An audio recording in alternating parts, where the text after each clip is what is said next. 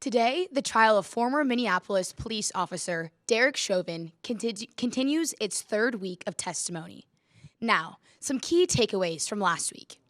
The majority of health professionals agree that George Floyd died from asphyxia, a lack of oxygen.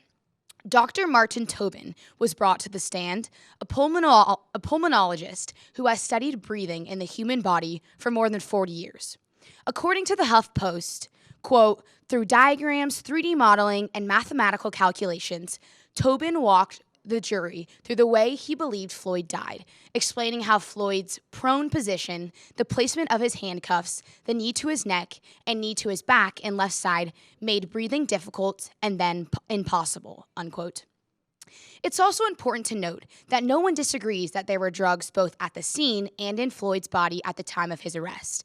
But while the defense has attempted to use the presence of drugs in Floyd's body as an effort of proving reasonable doubt, the prosecution, on the other hand, maintains this focus as an attempt to distract the jury from the main issue. Overall, Chauvin's defense has a fight ahead of them. This week, the defense is expected to begin calling their own witnesses, which will allow them a chance to strengthen their argument. The city of Minneapolis once again erupted into extreme riots and looting this past Sunday, April 11th, after an officer shot and killed a black man during a traffic stop about 10 miles away from the courtroom in which Derek Chauvin's trial is taking place. Brooklyn Center police report that 2 police officers, 1 white woman and 1 black man, stopped an individual, later identified as Daunte Wright, for a traffic violation shortly before 2 o'clock p.m., and after realizing the individual had an outstanding arrest warrant, tried taking him into custody, but Wright resisted arrest and jumped back into his vehicle. The woman officer then accidentally grabbed her gun instead of her taser, shooting Wright. Police said he proceeded to drive on for several more blocks before crashing into another vehicle. A female sustained non-life-threatening injuries. Demonstrators gathered shortly after the shooting, with some jumping on top of police cars and confronting officers.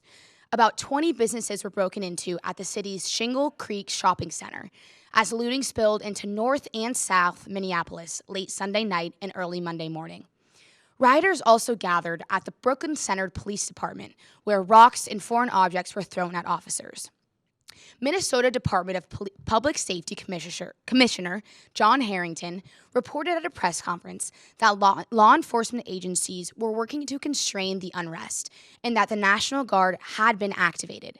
Harrington reports that the Guard's presence will be, quote, robust throughout the next few days. Yesterday morning, Mayor Mike Elliott announced a 7 p.m. to 6 a.m. curfew for the Twin Cities metro area. For NDTV, with the latest balanced news from South Bend, Washington, and around the world, this is Jilian Randle.